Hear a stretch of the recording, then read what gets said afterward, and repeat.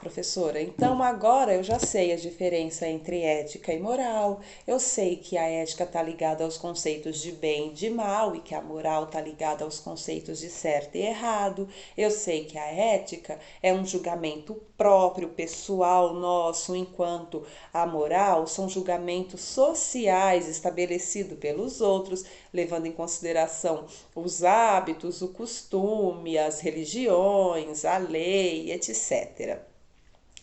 E aí, sabendo de tudo isso, eu pergunto para a senhora: e daí? Quer que eu faça o quê? Como diria certa pessoa, né? Não vamos nem lembrar dessa pessoa, mas tudo bem. Por que é importante isso?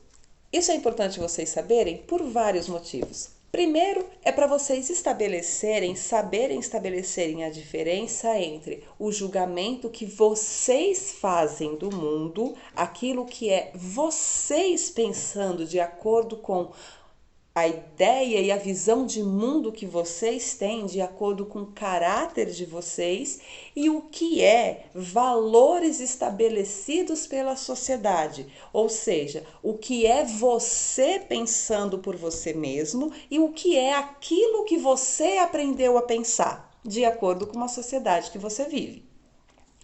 E segundo, principalmente porque, mesmo que você concorde com os valores da sociedade que você vive, nós temos que entender que, às vezes, acontecem rupturas entre a ética e a moral.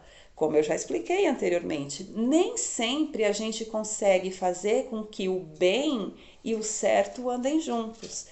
E isso, dentro da sociedade, não é só de maneira pessoal. Não acaba acontecendo só quando eu vou fazer um julgamento com relação à minha vida. Não é só quando eu tenho que escolher entre falar uma mentira para salvar um inocente ou fazer o que é certo, que é o que eu tenho que fazer. Socialmente falando, isso acontece em questões que são pertinentes, importantes e que afetam a vida das pessoas de uma maneira geral. Por exemplo, quando nós falamos sobre casamento entre homossexuais, pode ou não pode? Quando vamos discutir sobre essa questão, nós estamos lidando com valores relacionados à ética ou à moral. Quando nós vamos discutir, por exemplo, questões como aborto, pode ou não pode? Nós estamos discutindo questões que são relacionadas à ética ou à moral. O conceito de vida que se estabelece, ele está relacionado única e exclusivamente ao conceito de bem e de mal dentro da vida, ou também está relacionado a um conceito social de moral estabelecido por religiões? E há uma outra série de questões dentro da sociedade. Essa história, por exemplo, de mulher tem que ser submissa ao homem. Tá certo isso ou não tá? Isso são ideias sociais ou são questões éticas?